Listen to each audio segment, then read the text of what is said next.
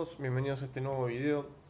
El tema a tratar en este video es, como bien dice el título, constructores y destructores, ¿sí? Del C++. Eh, lo que vamos a hacer es concentrarnos en un montón de sintaxis y de distintos detalles que tienen los constructores y los destructores, entender cuándo se ejecutan, ¿sí? Y demás temas que ya veremos en el video. Entonces, para empezar un poco, vamos a repasar la sintaxis de los constructores y destructores, que esto ya probablemente lo traigan de otros materiales, pero no viene mal repasarlo. Vamos bien a lo básico, ¿sí? Una clase de punto que representa un punto en el espacio en dos coordenadas, ¿sí? Tiene sus variables miembros x e y, que son privadas, o sea que desde afuera no podemos acceder, y después tendrá más miembros o no, ¿sí? No viene al caso. Van a ver que todas las clases que vamos a ver en este video van a haber comentarios como que, bueno, hay más métodos o hay más miembros. Lo importante es que nos concentremos en el constructor y el destructor. Y solo declaro las variables miembro que vamos a necesitar para algún concepto en particular. Entonces, en el punto H también van a ver que tal vez se llama punto .hpp, ¿sí? Los archivos de cabecera en C++ los van a encontrar tanto como con extensión H o con extensión HPP. El PP viene de plus plus, que significa más en inglés. Entonces es como para indicar que hace referencia a un archivo de cabecera en C++. Pero la extensión H es totalmente válida también, ¿ok? Entonces tenemos definidos nuestro constructor, nuestro destructor, bien simples, y luego nuestra implementación, ¿sí? Esto va en el archivo fuente, .cpp de C++. Fíjense que, bueno, el constructor que se propuso acá, lo único que hace es inicializar las variables miembro x e y a 0, y el destructor no hace nada, ¿sí? En caso de ser necesario, se hará algo. En este caso, para este simple ejemplo, no hacemos nada. Bien, ¿y cuándo se ejecutan cada uno y por qué y cómo, no? Es la pregunta que viene a continuación. Bien, fíjense este simple main, vamos a ir de aparte, ¿no? Bueno, en primer paso, lo que sucede a medida que se va ejecutando el programa es que al declarar nuestro objeto P1, que es de la clase punto, se ejecuta el constructor, ¿sí?, de nuestra clase. Es decir, esto reservará en un espacio de memoria que necesite e inicializará las variables x e y privadas de la clase P1, de la clase punto, perdón, en el objeto P1 a 0. Bien. Luego entramos en este scope de código donde se declaran otros dos objetos. En particular, P2 es un objeto simple y P3 es un array, ¿ok? De 10 lugares. Esto es totalmente válido para objetos. Y, como bien aclara acá el cartelito, para P2 se ejecuta una vez el constructor, pero para P3 se ejecutan 10 constructores, por así decirlo, ¿no? Uno para cada índice del array. Ok, bueno, luego en el programa utilizaríamos P2 y P3 con sus métodos públicos, ¿sí? Claramente, a los cuales podríamos acceder con el operador punto. Y cuando salimos del scope, ¿sí?, donde existían los objetos P2 y P3, automáticamente se ejecutan el destructor. El destructor de P2 una única vez, porque es un punto solo, y el destructor, digamos, de P3 que va a terminar ejecutando 10 veces el constructor de punto, ¿no? Una vez por cada índice del array. Luego se podría seguir utilizando P1 eventualmente, y una vez que se va el scope donde vive P1, ¿sí?, se ejecuta el destructor de P1. Acá no hay mucho nuevo, me parece que esto ya lo teníamos, pero está bueno aclarar en qué lugar sucede cada cosa. Ahora, estos son variables que no son dinámicas, ¿no? No fueron reservadas con new ni delete, con new ni liberadas con delete. Entonces vamos a un ejemplo donde tenemos, ¿sí?, variables dinámicas. Nuestro punto P1 va a seguir siendo una variable normal. Se ejecuta el constructor en el mismo lugar, claramente. Pero ahora tenemos un puntero a punto que es P2, para el cual reservamos memoria mediante el operador new. Y para P3, como en el ejemplo anterior era un array, reservamos con el operador new, indicándole que necesitamos 10 objetos de tipo punto. ¿Ok? Utilizaríamos P2 y P3 por acá. Y una vez que no los necesitamos más, esto sí es muy importante, es como el free en C, ¿no? Recordemos que el delete es como el free en C y el new es como el malloc en C, por así decirlo. Son sus versiones de C++. Entonces, cuando hacemos delete del puntero P2, se va a llamar, o se va a ejecutar, mejor dicho, el destructor de la clase punto, ¿sí? Y cuando llamamos delete, y atención, mucha atención a los corchetes, ¿sí? Esta es la forma de indicarle al C++ que estamos haciendo un delete de una vez que hicimos un new que era más de un objeto único, ¿no? Esto es muy importante. Esto el compilador no tiene forma de saber eh, a qué cosa apuntaba el puntero, sea un objeto simple o un array de objetos.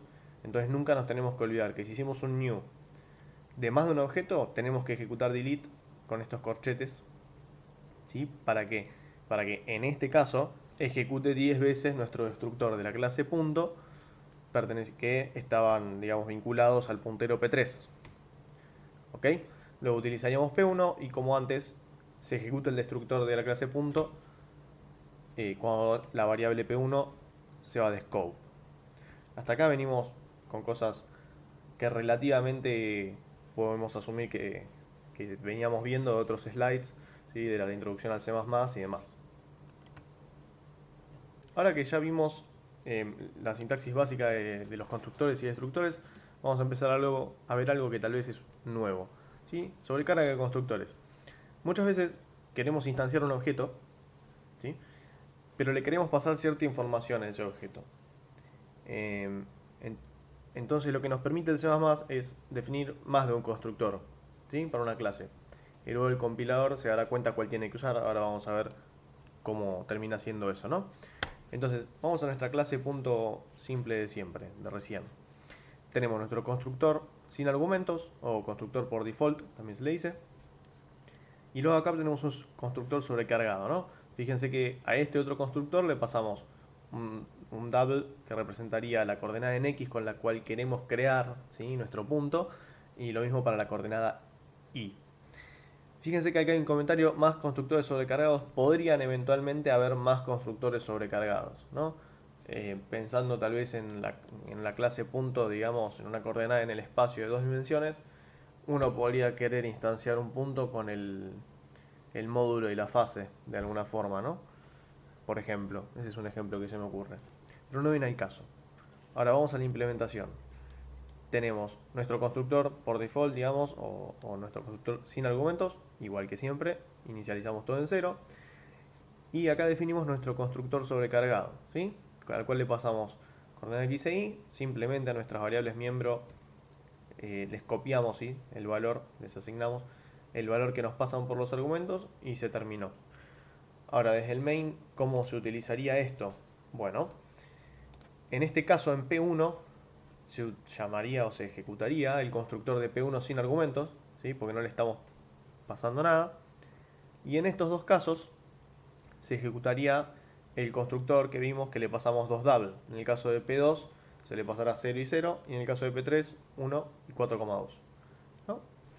Esto como siempre, utilizamos P2 y P3, se ejecutan el destructor de P2 y P3, utilizamos P1 y se ejecuta el destructor de P1. Eso no hay cambios. ¿Cómo lo hacemos con memoria dinámica? Bueno, es muy similar. Constructor del P1, el cual va a ser sin argumentos, ¿sí? Como antes. Y luego, para definir P2 y P3, creamos un punto al cual le pasamos, fíjense, detalle acá, ¿no? Si fuesen corchetes estos símbolos en vez de paréntesis, estaríamos pidiendo un array de puntos. Esa es la diferencia de sintaxis, ¿no? Que hay que marcar. En este caso, como es un paréntesis, lo que se hace es pedir memoria para un punto y cuando ejecute el constructor, que se ejecute el constructor con argumentos. ¿Con qué argumentos? Bueno, el que coincida para dos double, ¿no? Lo mismo para P3. Utilizamos P2 y P3 y como siempre llamamos a delete para liberar la memoria de P2 que a su vez va a llamar al destructor y lo mismo con P3. Utilizamos P1, terminamos y se llama al destructor de P1. Es muy importante que no nos olvidemos los delete, ¿sí? Por el mismo concepto que en Info1, el free, ¿sí? Para no generar memory leaks, o sea, pedazos de memoria que no podemos volver a reclamar porque quedaron tomados en un puntero al cual ya no tenemos acceso. ¿Ok? No se olviden de eso. Entonces ahora vamos a la sobrecarga de destructores. Vamos a pensar un poquito esto, ¿no? Vamos a volver atrás. En algún momento ejecutamos hoy explícitamente el destructor de la clase punto. Digamos, se ejecutó a lo sumo en el delete. Ahora, delete no recibe argumentos más que a lo sumo ser utilizado con los corchetes para eliminar un array. Lo cual me trae a aclarar otro detalle. No podemos pedir memoria dinámica, o sea, no podemos dinámicamente instanciar un array de objetos que no sea con su constructor por default, o sea, sin argumentos. ¿Ok? Eso es muy importante, o sea, en este caso lo que hubiese hecho yo, si se pudiese, era que P3 sea un array de puntos, ¿sí? Pero no se puede. El operador new, cuando se le pasa una cantidad de objetos que se va a crear, usa sí o sí el constructor por default. ¿Ok? Eso es muy importante. Entonces, volviendo al destructor y la sobrecarga de los destructores. En ningún momento nosotros ejecutamos, digamos, explícitamente o tuvimos control sobre cómo llamar al destructor de P2. A lo sumo en delete, pero tampoco, porque si corriera para delete no podría correr para el caso de las variables normales, ¿no? Que no son dinámicas. Entonces, me lleva a la siguiente reflexión. ¿Para qué querríamos sobrecargar un destructor? Es la pregunta, ¿no? ¿Nos sería útil? Digamos, ¿podríamos hacer algo más? Bueno, no, y la respuesta es que no es posible sobrecargar el destructor de una clase. Ok, esto es muy importante. Hay un único destructor para una clase, no recibe argumentos y no retorna argumentos. Ok, esto es muy importante de marcar. Acá les marco algunas características de los constructores y algunas características de los destructores como para que lo tengan por si quieren revisar rápidamente diferencias y particularidades de cada uno. ¿Okay? La sintaxis, si pueden recibir unos argumentos, etc. Acá lo tienen como recordatorio. Ya tenemos constructores y destructores básicos, por así decirlo. Tenemos constructores sobrecargados, ¿sí? Y ahora vamos a ir con otro tipo de constructor que es el constructor de copia. ¿Okay? Muchas veces nosotros queremos crear un objeto a partir de otro objeto, es decir, queremos crear una copia del mismo objeto. ¿Sí? Para eso el lenguaje C++ presta este tipo de constructores. Vamos a ver un poco la sintaxis primero. El prototipo del constructor de copia es un constructor que claramente no retorna nada, pero que en este caso recibe una referencia constante a un objeto de la misma clase que estamos construyendo, ¿ok? Lo cual tiene sentido porque estamos por crear una copia de esto, de alguna forma. Este es el que nosotros queremos copiar en el que estamos construyendo, ¿ok? Acá tenemos la implementación, ¿sí? Fíjense que de alguna forma lo único que estamos haciendo es algo muy similar a este otro constructor, donde recibíamos las dos coordenadas por separado, nada más que accedemos a las coordenadas del objeto que nos pasan, ¿sí? Como argumento. Recordando un poquito el tema de C++, de lo que sería definición de clases y demás, de la introducción, ¿por qué podemos acceder a las variables privadas de este objeto? Bueno, recuerden que las variables privadas y los métodos privados se pueden acceder únicamente dentro de los métodos de la clase, ¿no? El constructor claramente es un método que está dentro de la clase, punto. Y no importa si el método es público o privado, se pueden acceder a las variables miembro y métodos miembro privadas de todas formas. Entonces, ¿cómo sería la sintaxis para usar el constructor de copia? Muy simple. Tenemos un punto P1 que como siempre se ejecuta el constructor sin argumentos. Y luego aparece acá esta línea donde creamos un punto P2 a partir de un punto P1, por así decirlo, ¿no? Entonces en este punto se va a ejecutar el constructor de copia de la clase punto y va a construir P2 a partir de P1. Fíjense que yo les dejé en un comentario por acá. Esta sintaxis es igual de válida, ¿sí? En ambos casos se llama el constructor de copia. Y fíjense que tiene sentido porque estamos diciendo que quiero un punto que se llame P2 y que sea igual al punto P1, por así decirlo. Tiene cierta lógica. Entonces en este momento se ejecuta el constructor de copia.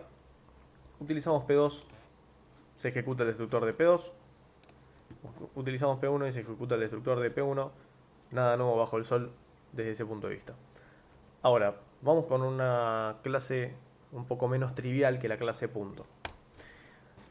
Entonces tenemos una clase string, ¿sí? Que va a representar un objeto de tipo string, por así decirlo, en el cual tenemos definidos muy pocas cosas. Tenemos un char pointer, ¿sí? Donde alojaremos nuestros caracteres del objeto. Existirán más miembros, existirán más métodos, no importa. Nos vamos a concentrar en lo importante de este video, que es los constructores y los destructores. Si se fijan, tenemos un constructor por default sin argumentos, uno al cual le podemos pasar un const char pointer, ¿ok? Eso, por ejemplo, sería un string entre comillas dobles, ¿sí? El constructor de copia, que venimos hablando, y su destructor. Vamos a hacer las implementaciones, ¿no? El constructor por default, por así decirlo, sin argumentos, lo único que hacemos es fijar este puntero al null pointer, como para de alguna forma saber que está inicializado pero que no tiene nada adentro. Luego tendremos el constructor a partir de un constant char pointer, que lo único que tenemos que hacer que es, bueno, primero tenemos que alocar la memoria, ¿sí?, de nuestro puntero S. ¿Y de qué tamaño tiene que ser? Bueno, acá vamos a hacer uso de la biblioteca estándar string.h, ¿sí? Entonces vamos a utilizar el string length para saber qué tan largo es este string, y le tenemos que sumar un byte. ¿Para qué? Recuerden que los strings sí o sí tienen que ser finalizados con el carácter nulo, y que string length simplemente devuelve la cantidad de caracteres válidos que tiene el string. Una vez que alocamos la memoria, con string copy copiamos el contenido de ese que nos pasan, ¿sí?, a nuestro puntero interno de la clase, y ya. El destructor, ¿sí?, hacemos el delete del array que pedimos, ¿sí? Siempre vamos a pedir un array, aunque este número sea 1, internamente el C++ va a resolver bien esto, porque usamos los corchetes para pedir con new. Si hiciéramos new char, lo resuelve mal así, ¿sí? Recuerden eso. Acá alguien me podría decir, pero espera, y si justo era null pointer, no hay problema.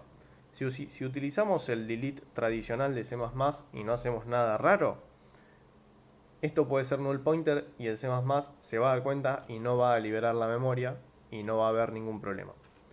Y el constructor de copia simplemente lo que terminamos haciendo es, a nuestro puntero le asignamos el puntero del otro objeto, ¿sí? Ahora, si a nadie le hizo ruido esto, vamos a ver cómo se iría creando todo en memoria, ¿sí?, para terminar de entender un poco esto de los constructores de copia. Entonces, acá tenemos un main muy simple, ¿sí? Primero estamos generando un string S1 a partir de un constant char pointer, ¿ok? Entonces, se ejecuta el constructor del constant char pointer. ¿Y qué sucedería en memoria? Bueno, tenemos nuestro objeto S1, ¿sí?, con su variable miembro S, la cual termina apuntando de alguna forma a un buffer que alocamos de memoria, ¿sí?, en el constructor, y que después le copiamos el string que tenía este otro constant char pointer. Bien. Luego, ¿qué sucede? Se ejecuta el constructor de copia, ¿no? Porque estamos llamando a crear string S2 a partir de S1. ¿Cómo se vería esto en memoria? Bueno, tenemos nuestro segundo objeto S2 y su variable miembro S está apuntando al mismo buffer que S1, porque lo único que hicimos fue igualar el puntero. Trabajamos con S2 y eventualmente se va a destruir el objeto S2. Cuando se destruye, ¿qué es lo que sucede? Bueno, a lo que apuntaba S2 se va a eliminar, ¿sí?, se va a liberar esa memoria, va a quedar inutilizable. Y luego estamos en un problema, porque a la hora de trabajar con S1 nos quedamos con un puntero apuntando a memoria que ya fue liberada. Esto es un gravísimo error, pero es muy típico que nos suceda. Toda esta moraleja de hacerlo mal a propósito era para que presten mucha atención, porque hay momentos donde el constructor de copia no es tan simple como parece. ¿Cómo se soluciona esto? Bueno, la forma de solucionarlo es haciéndolo como corresponde, es decir, dos objetos no pueden compartir el bloque de memoria al que apuntan, ¿sí? Entonces, lo que terminamos haciendo es, en el constructor de copia, primero reservamos un pedazo de memoria distinto, ¿sí?, para este propio objeto. Fe de ratas, acá no está el +1, ¿ok? Tendría que estar este +1 de acá, y me lo comí. Y luego hacemos el string copy, ¿ok? Que de vuelta podemos acceder a la variable miembro S porque estamos en la propia clase. ¿Ok? Entonces esto en memoria, vamos a ir un poco más rápido acá. Se ejecuta el constructor, hasta acá todo igual. Se ejecuta el constructor de copy. ¿Qué es lo que sucede? Cuando se crea S2, se reserva su propio buffer de memoria. ¿Ok? Esta es la diferencia importantísima en las implementaciones que acabé de mostrar entre una y otra. Luego trabajamos con S2, se ejecuta el destructor de S2, ¿sí?, se libera este pedazo de memoria al que apuntaba, desaparece S2 y S1 sigue apuntando a su bloque de memoria original que sigue siendo válido. ¿Ok? Esto es muy importante que cuando piensen los constructores de copia, piensen realmente si lo que están haciendo no va a generar este tipo de conflictos. ¿Sí? Dos objetos distintos rara vez, ¿sí? Casi nunca, por así decirlo, van a tener que apuntar al mismo bloque de memoria. Y si lo hacen, tienen que tener alguna forma de sincronizarse entre sí. No vamos a llegar tan lejos en la materia como para ver ese tipo de clases, así que tengan cuidado cuando aparecen punteros como variables miembro, ¿ok? En particular si usan constructores de copia. Bien, vamos a ver otro temita de constructores y destructores que son los llamados constructores y destructores triviales. ¿Sí? Bueno, ¿qué son estas cosas que estoy nombrando? Básicamente hay ciertos constructores, en particular el destructor también, y un operador que ahora vamos a ver, que aunque no los definamos explícitamente, el compilador automáticamente nos va a generar, ¿sí? Uno de ellos, aunque no lo hagamos explícitamente. Entonces, vamos a ver un ejemplo que es mucho más fácil que explicarlo en palabras. ¿Sí? Acá tenemos tres clases, ¿sí? Vamos a ir una por una. En la primera clase tenemos nuestra clásica clase punto, donde ahora el constructor sin argumentos estamos haciendo que no haga absolutamente nada. ¿Sí? Las llaves estas abiertas y cerradas es como poner el body del método vacío, pero no está haciendo nada. El destructor tampoco. Después tenemos una clase llamada punto trivial, que es como que alguien se olvidó de escribir el constructor y el destructor, ¿no? En particular el constructor sin argumentos. Ok, ahora vamos a ver el efecto de eso. Y otra clase que es punto trivial explícito, que tiene definido su constructor sin argumentos, pero fíjense esta sintaxis, ¿no? Pone igual a default. Y lo mismo con el destructor. Bien, estas tres clases se comportarían exactamente igual. Es decir, las tres en su constructor no harían nada, el destructor tampoco, y en particular, acá no está en ningún explícito, ¿no? Pero el constructor de copia también se va a definir, ¿sí? Va a tener un comportamiento definido, que lo único que va a hacer es copiar byte a byte o bit a bit sus variables miembro, ¿sí?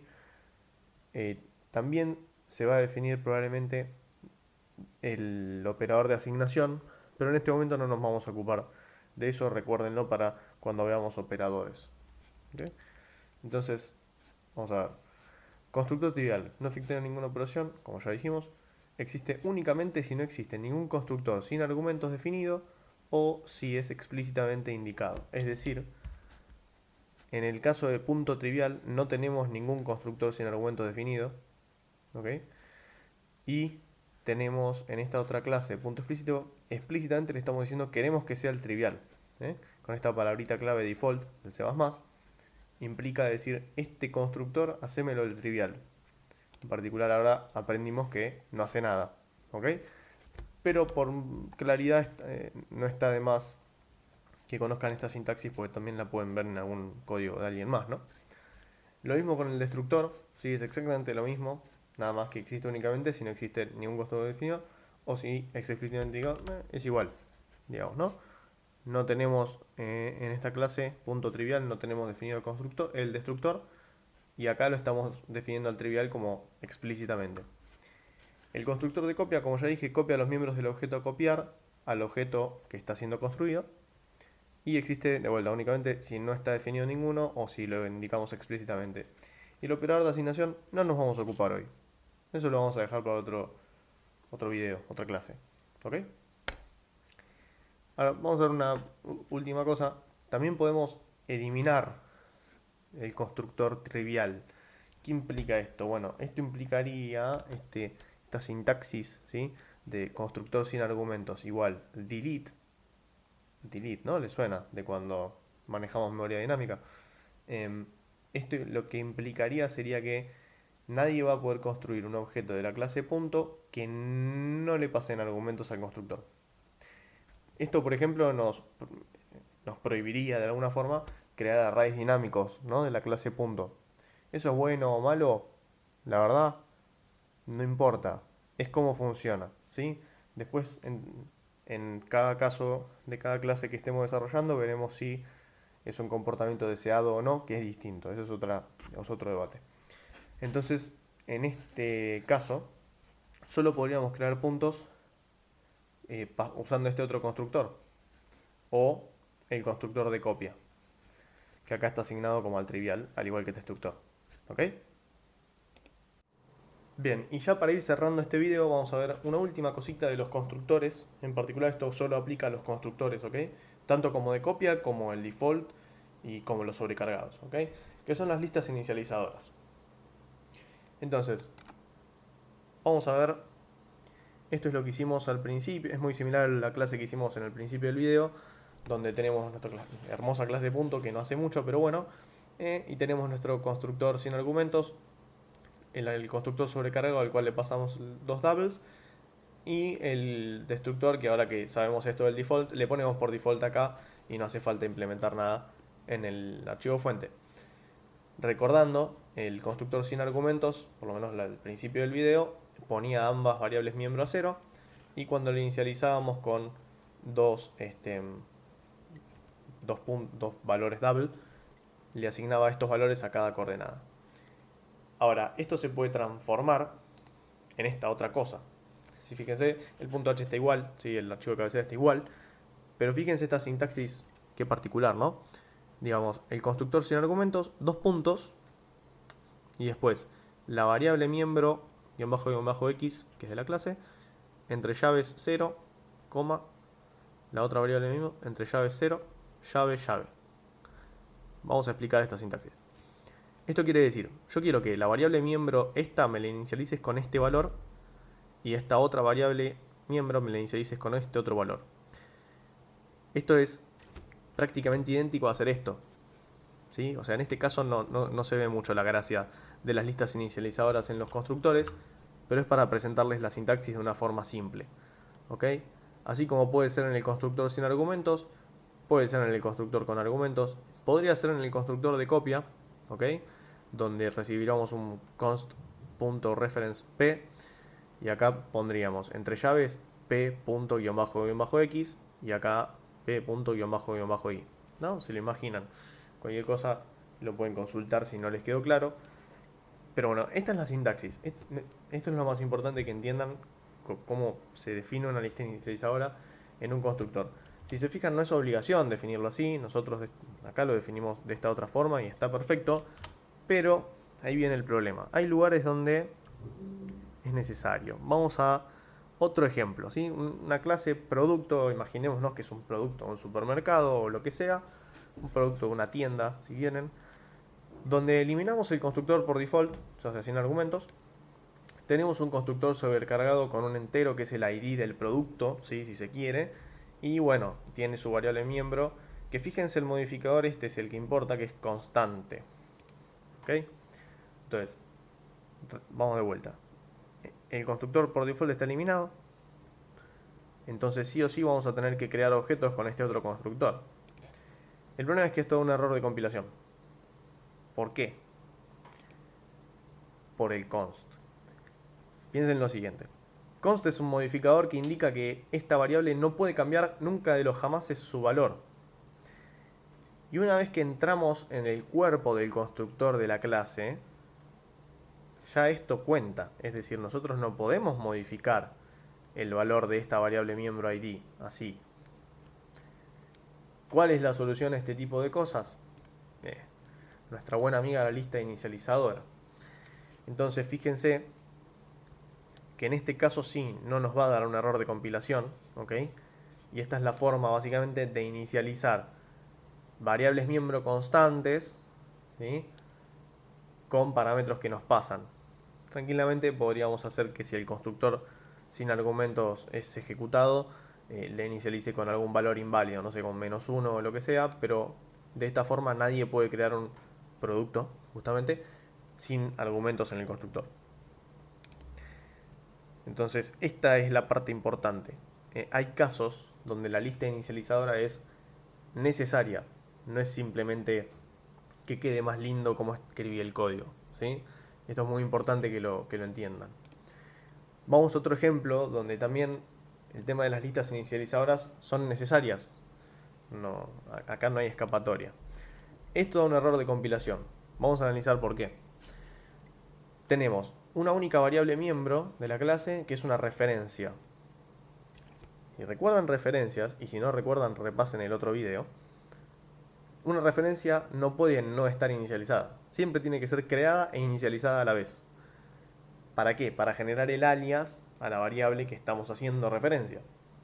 Entonces, en este caso, de vuelta, como antes, ¿no? Como con el const, adentro del cuerpo del constructor, la referencia es como que ya se creó en teoría, pero no puede crearse porque no está, digamos, referida a nada. Bien, ¿cómo se soluciona esto? Ya lo sabemos, con la lista inicializadora. Es decir, lo que sucede antes del cuerpo del constructor, por así decirlo, es como que todavía esto no se definió. Lo estamos definiendo en este mismo momento. Ok, en este caso entonces, ¿qué pasaría? Bueno, esta referencia va a ser referencia, valga la redundancia, perdón, a la referencia que nos están pasando al constructor. ¿Ok? Entonces, otro caso donde la lista inicializadora no es una cosa de gusto de cómo queda escrito el código, sino que es necesaria, ¿sí? Cuando tenemos referencias como variables miembro. Esta referencia podría ser constante, en cuyo caso la referencia que nos tienen que pasar al constructor también tiene que ser marcada como constante, porque si no es otro error de compilación. ¿Ok? Eso como detalle final. Bien, espero que les haya quedado todo claro. Cualquier cosa, como siempre, ya saben, me escriben a mi mail. Cualquier consulta, cualquier duda, cualquier comentario que sea una crítica constructiva va a ser bien tomada. Así que bueno, gracias por la atención.